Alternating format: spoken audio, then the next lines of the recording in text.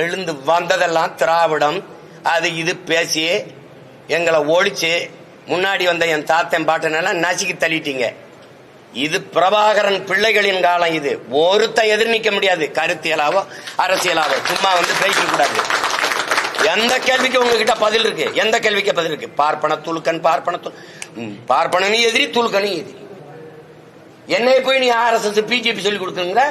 இஸ்லாமியர்கள் வேற நாட்டவர்னு பேசிருக்காரா இல்லையா? எழுதியிருக்காரு, வேற நாட்டவர்னு எழுதியிருக்காரு. இதேதான் RSS பிஜேபி சொல்லுது, இஸ்லாமியர்கள் வேற நாட்டவர்னு. அதேதான் நீங்க சொல்றீங்க. RSS பிஜேபியின் குரல். நாங்கள் என் இன மக்கள்ங்கிறோம்.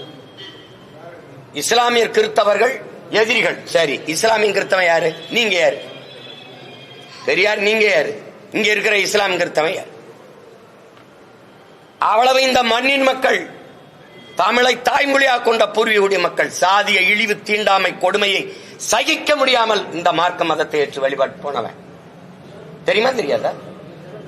அப்புறம் நீங்க அவனை வேற நாட்டவன்னா, அவன் கொடுத்த இடஒதுக்கீடே தப்புன்னா எப்படி?